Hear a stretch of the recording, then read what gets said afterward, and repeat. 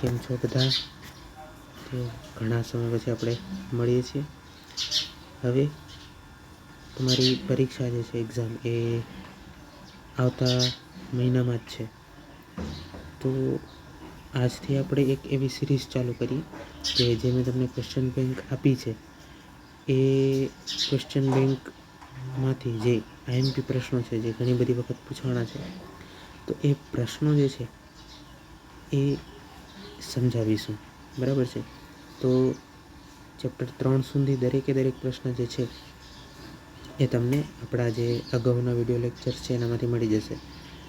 Chapter 4 જે છે એ આપણે શરૂઆત જ કરી હતી એની, બરાબર, અને લગભગ ડીકોડર સુધી આપણે પહોંચ્યા હતા. હવે એ ડીકોડર જે છે, બરાબર છે, એ અગત્યનો પ્રશ્ન છે. બરાબર, તો અને એ આપણો આઈએમપી પ્રશ્ન પણ છે. બરાબર, આપણા આઈએમપી પ્રશ્નમાં શું છે, 3 to 8 ડીકોડર જે છે એ સમજાવવાનું છે અને ઘણી બધી વખત પૂછવાનો પણ છે. તો હવેથી આપણે રોજ એવી રીતનું કરશું કે એ જે આઈએમપી એ તમને ક્વેશ્ચન બેંક દીધી છે એનામાંથી ચેપ્ટર 4 જે છે, બરાબર, એના જે આઈએમપી પ્રશ્નો જે છે, બરાબર છે, એ આપણે જોશું એમ. બરાબર છે? આજે એક પ્રશ્ન હું લઈને આવ્યો છું, આવતીકાલે એક બીજો આઈએમપી પ્રશ્ન જોશું. એવી રીતના આપણે ચેપ્ટર 4 અને ચેપ્ટર જે છે 5, આ બંનેના પ્રશ્નો જે છે આપણે આઈએમપી પ્રશ્નો, બરાબર, પૂરા કરશું. કારણ કે આખો કોર્સ તો હવે પોસિબલ નથી, કારણ કે આવતા મહિને તમારી એક્ઝામ છે. તો આજનો પ્રશ્ન જે છે એ શું છે, તો કે 3 to 8 ડીકોડર જે છે, 3 to 8 ડીકોડર સમજાવો. બરાબર છે? હવે એની સર્કિટ પણ દોરો, સર્કિટ ડાયાગ્રામ પણ દોરો. બરાબર છે? સર્કિટ ડાયાગ્રામ પણ દોરીને સમજાવો. બરાબર, તો આજનો પ્રશ્ન છે 3 to 8 ડીકોડર. ઓકે, ચાલો હવે આપણે શરૂ કરીએ. બરાબર, સૌથી પહેલાં સમજ પડે ડીકોડર શું છે. બરાબર છે? ડીકોડર સમજવા માટે તમે લાસ્ટ લેક્ચર જે છે આપણો એ જોઈ શકો છો. બરાબર છે? આપણો જે લાસ્ટ લેક્ચર છે, બરાબર છે, એની અંદર મેં ડીકોડર વ્યવસ્થિત સમજાવ્યું છે. બરાબર, છતાં આપણે થોડું જોઈ લઈએ. તો ડીકોડર જે છે એ શું છે, તો એ છે 1 to many કરવાવાળું ડિવાઇસ. એટલે શું, તો કે ધારો કે આ એક ડીકોડર છે, એની ઇનપુટમાં 2 લાઈન છે, તો આઉટપુટમાં તમને જે છે ને એ 4 લાઈન મળશે. કેટલી? 4 લાઈન. તો આને શું કહેવાય? 2 to 4 ડીકોડર. હવે અહીંયા કેવી રીતના આપણે ઇનપુટ લાઈન નક્કી કરીએ છીએ, આઉટપુટ લાઈન નક્કી કરીએ છીએ, એ જોવું પડશે. કહેવાનો અર્થ એ છે કે આ ડીકોડર જે છે ને એ મેમરી ઇન્ટરફેસમાં કામ આવે છે. ક્યાં આવે છે? મેમરી ઇન્ટરફેસમાં. બરાબર, હવે હું તમને ખરેખર કહું છું, આ ડીકોડર જે છે એ સમજવા માટે, 2 to 4 ડીકોડર કેવી રીતે કામ કરે છે સમજવા માટે તમે લાસ્ટ લેક્ચર જે છે એ જોઈ શકો છો. બરાબર છે? હવે જો ડીકોડરની જો ઇનપુટ લાઈન આપણે નક્કી કરી શકીએ, બરાબર, કે n બરાબર ઇનપુટ લાઈન મારે 2 રાખવી છે, 3 રાખવી છે, 4 રાખવી છે, એ આપણે નક્કી કરી શકીએ છીએ. બરાબર છે? ઇનપુટ લાઈન આપણે નક્કી કરી શકીએ છીએ. બરાબર છે? પણ આઉટપુટ લાઈન કેવી રીતે નક્કી થશે, તો કે આઉટપુટ લાઈન જે છે ને એ 2n ના સૂત્ર પ્રમાણે નક્કી થશે. એટલે કે જો n 2 હશે તો આઉટપુટ લાઈન 4 થશે, n 3 હશે તો આઉટપુટ લાઈન 8 થશે, n 4 હશે તો આઉટપુટ લાઈન 16 થશે. એટલે જે આઉટપુટ લાઈન જે છે એ આપણે નક્કી કરી શકતા નથી. બરાબર છે? આઉટપુટ લાઈન આપણે નક્કી કરી શકતા નથી, માત્ર ઇનપુટ લાઈન જ આપણે નક્કી કરી શકીએ છીએ. હવે તો હવે આપણે આપણા 3 to 8 ડીકોડર ઉપર જઈએ છીએ. બરાબર છે? 3 to 8 ડીકોડર ઉપર સિમ્પલ છે. બરાબર, એકદમ સિમ્પલ છે સમજો તો. બરાબર, ડીકોડરનું મેં શું કીધું, કામ મેમરી ઇન્ટરફેસમાં કામ આવે છે. કેવી રીતે સમજો કે તમારી પાસે જે છે આ એક મેમરી છે. બરાબર છે? તમારી પાસે શું છે? એક મેમરી છે કે જેની અંદર 4 રજિસ્ટર છે. આ શું છે? મેમરી છે.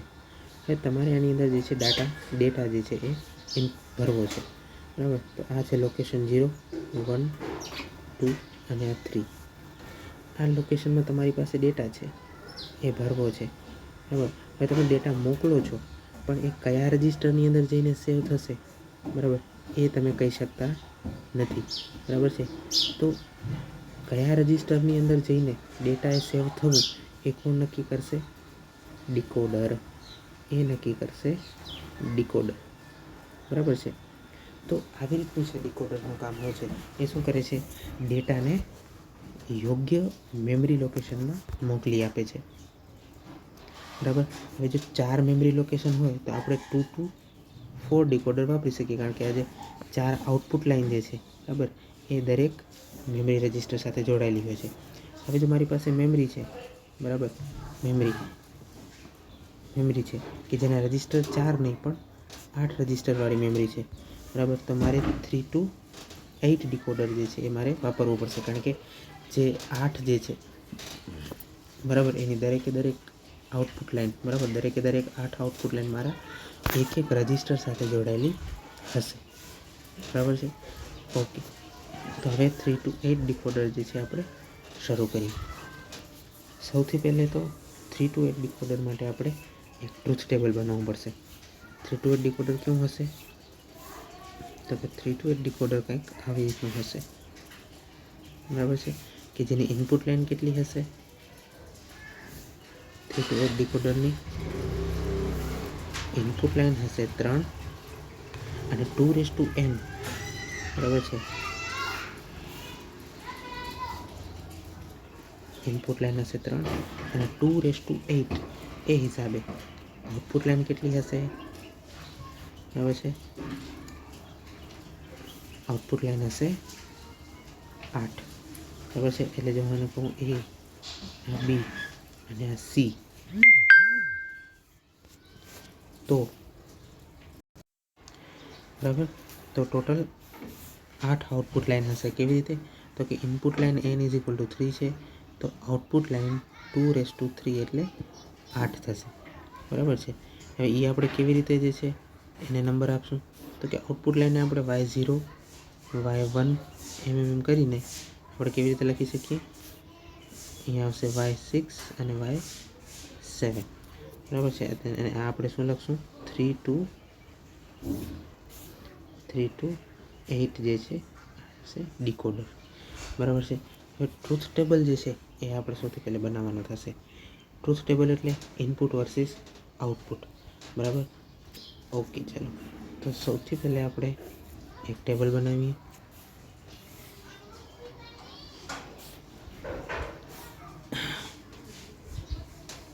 બરાબર છે, અહીંયા આવશે A, B અને C, બરાબર છે। થોડા વધારે મોટા થઈ ગયા છે તો એ હિસાબે આપણે થોડું નાનું કરી દઈએ।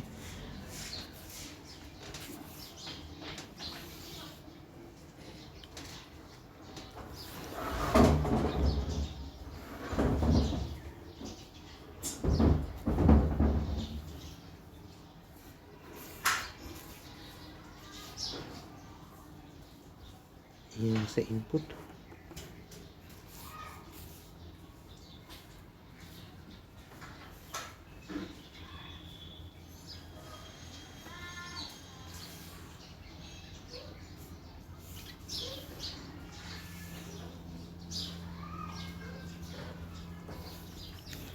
અને અહીંયા આવશે આપણા આઉટપુટ, બરાબર છે, જે 7 ટોટલ આઉટપુટ છે એ। અહીંયા આપણે ABC લખશું અને અહીંયા આપણે આઉટપુટ લખશું, બરાબર। તો અહીંયા આવશે આપણો y0, y1, y2, y3, y4, y5, y6, y7, okay. તો અહીંયા આવશે ABC, આથી આપણા ઇનપુટ, અને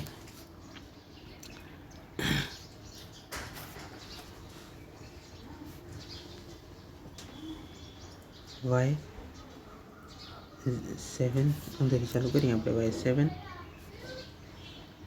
y6, y5, y4 y3 y2 y1 અને y0 બરાબર। આ બધી શું છે?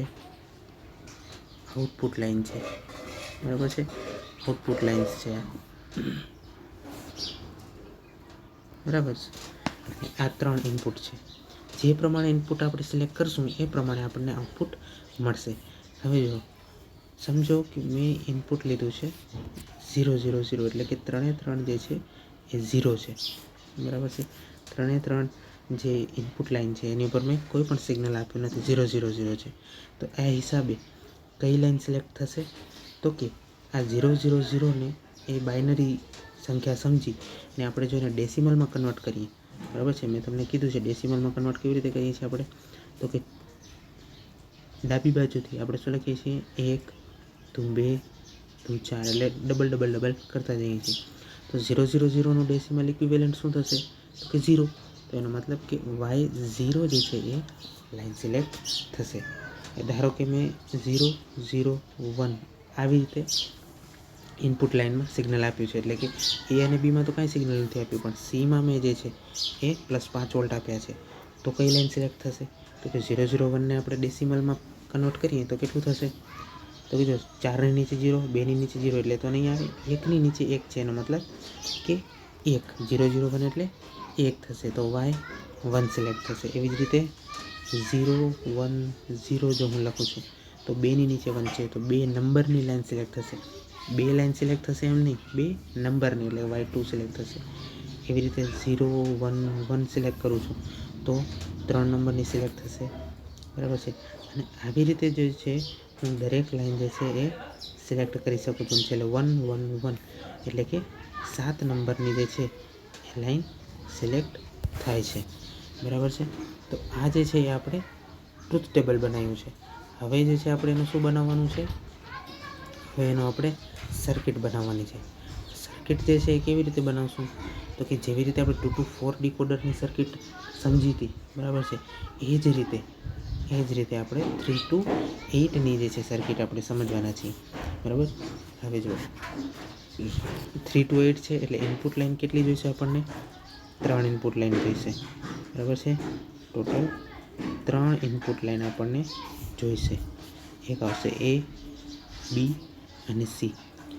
પણ એ પહેલાં આપણે એક નોટેશન સમજી લઈએ કે જો એ જે છે એ 1 છે બરાબર, તો એ બહાર જે છે ને એ 0 થશે બરાબર, આ આપણે સમજવાનું છે। જો એ 1 છે તો એ બહાર 0 થશે બરાબર। એટલે કે જો કોઈ સિગ્નલ મેં આપેલું છે, કોઈ લાઈનને મેં સિગ્નલ આપેલું છે તો એને ખાલી એ વડે દર્શાવવાનું, અને જો એ લાઈનને મેં સિગ્નલ નથી આપેલું 0 છે તો એને એ બાર વડે દર્શાવવાનું થશે। તો હવે આપણે હમણાં ટ્રુથ ટેબલમાં જોયું કે દરેક જે છે બરાબર, દરેક લાઈન છે એ હોય કે બી હોય કે સી હોય, દરેકની બે વેલ્યુ તો છે 0 1 0 1 0 1 બરાબર। તો એ હિસાબે એ બાર અને એ, બી બાર અને બી, સી બાર અને સી, એવી રીતના બંને લાઈન જોઈશે બરાબર। તો એટલા માટે જે છે એ આપણે અહીંયા શું કરવું પડશે? તો કે એની લાઈન લેવી પડશે બરાબર છે, સાથે સાથે એની બારવાળી એટલે કે નોટ ગેટ સાથે જોડેલી લાઈન પણ લેવી પડશે બરાબર છે। એટલે કે અહીંયા એક નોટ ગેટ જે છે બનાવવો પડશે બરાબર છે, એક નોટ ગેટ સાથેની લાઈન।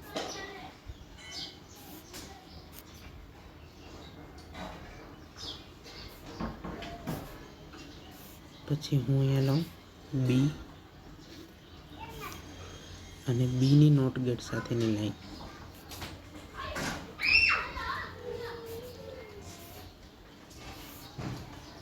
પછી અહીંયા લઉં સી અને સીની નોટ ગેટ સાથેની લાઈન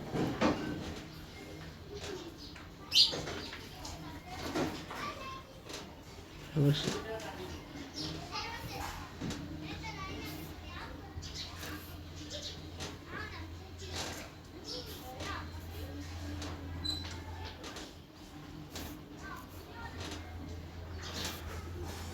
બરાબર છે। તો આ હિસાબે આપણે અહીંયા લખી શકીએ કે જો આ એ છે, બરાબર, આ એ, આ બી અને આ સી લાઈન છે, તો એ હિસાબે આ જે નોટ ગેટ સાથે કનેક્ટ કરેલી છે એ લાઈન શું છે? એ બાર, બી બાર અને સી બાર છે, બરાબર છે. હવે જો અહીંયા જે છે એ આપણે શું કરી શકીએ છીએ? તો કે સૌથી પહેલાં આપણે સમજવું પડે કે જે વાય નોટ હતું એના માટે શું હતું? એ બી સી, તો કે 3 0 હતા, બરાબર. વાય નોટ એટલે 0 નંબરની લાઈન ક્યારે સિલેક્ટ થશે? જ્યારે એબીસી ઉપર 3 0 હશે. હવે 0 એટલે શું? મેં હમણાં જ કીધું કે જો કોઈ લાઈન 1 હશે તો આપણે એને એ વડે જ દર્શાવશું, એ બી કે સી. પણ જો કોઈ 0 હશે તો એની ઉપર આપણે શું લગાડવું પડશે? 12. તો y0 માટે સૂત્ર શું થશે?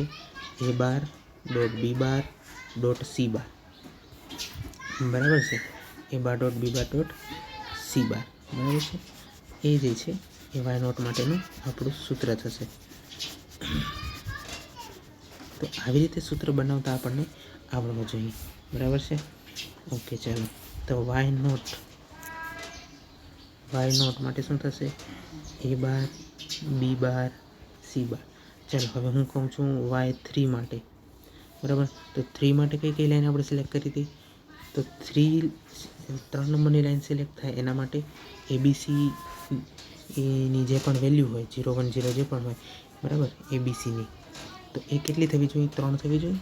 એટલે કે શું કહું છું, એ લાઈન, બી લાઈન અને સી લાઈન આપણે શું હોય તો 1 2 4, બરાબર. તો 3 નંબરની લાઈન સિલેક્ટ થાય એના માટે આ જે એબીસી છે એની નીચે મારે કેવી રીતે મૂકવાની સિગ્નલ? તો કે જેટલી 3 થાય, બરાબર.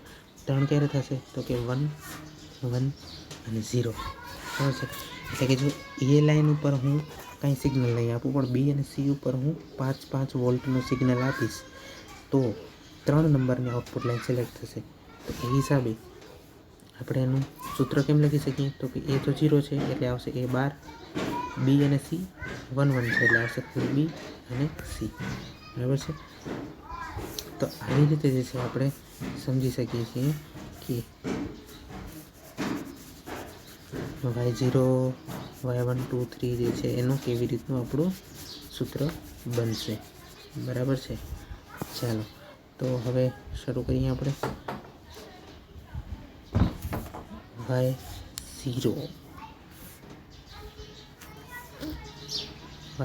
માટે શું હતું? 3 3 0 એટલે એ બાર બી બાર સી બાર.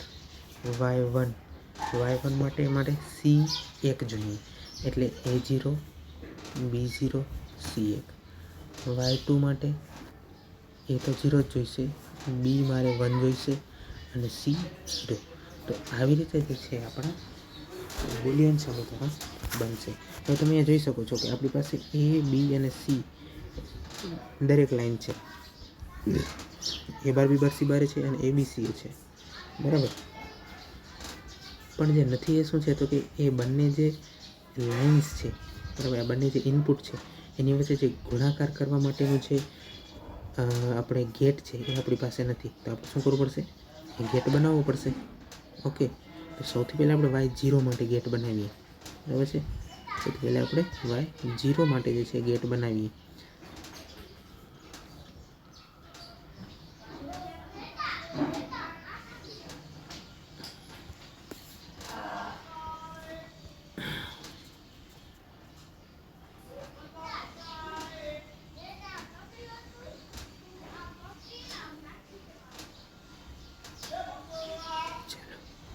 તો y0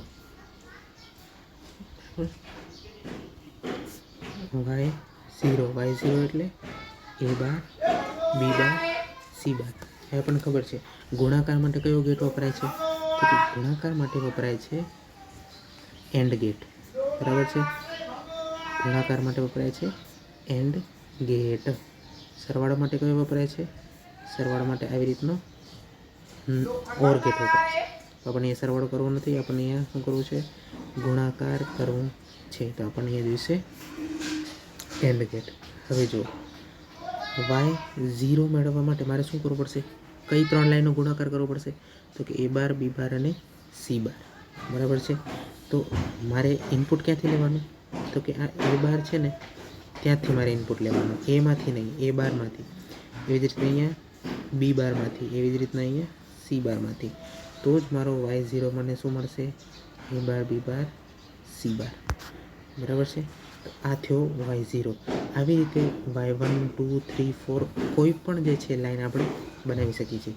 ખરેખર તો 3 to 8 ડિકોડરમાં y0 થી લઈને y7 સુધીના દરેકે દરેક ગેટ જે છે એ આપણે એક જ પેજમાં બનાવવાના હોય છે. પણ શું છે, મોબાઈલની સ્ક્રીન જે છે તો એનામાં આટલું નાનું લખી શકાય નહીં. એટલા માટે હું શું છે કે તમને એક ગેટ બનાવીને સમજાવું છું.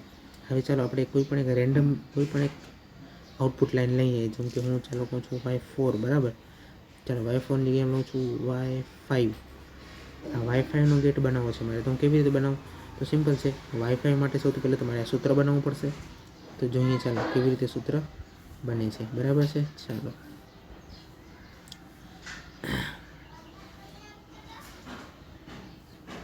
ઓકે, ચાલો. તો y5 એટલે કે મારે 5 જોઈ છે. એટલે કે એ, બી અને સી, બરાબર છે. એની એ બી સી એટલે એ ઉપર 1, તો 2, તો 2 ઉપર 4, આવી રીતે.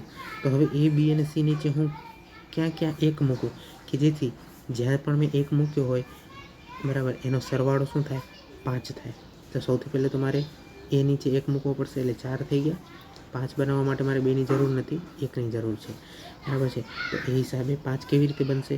તો કે એની લાઈન એમને B0 છે એટલે બી બાર, અને સીની લાઈન 1 છે એટલે સી. એટલે આપણે y5 લાઈન સિલેક્ટ કરવી હશે તો એ, બી બાર, સી એવી રીતે આપણે સિલેક્ટ કરવું પડશે. બરાબર છે?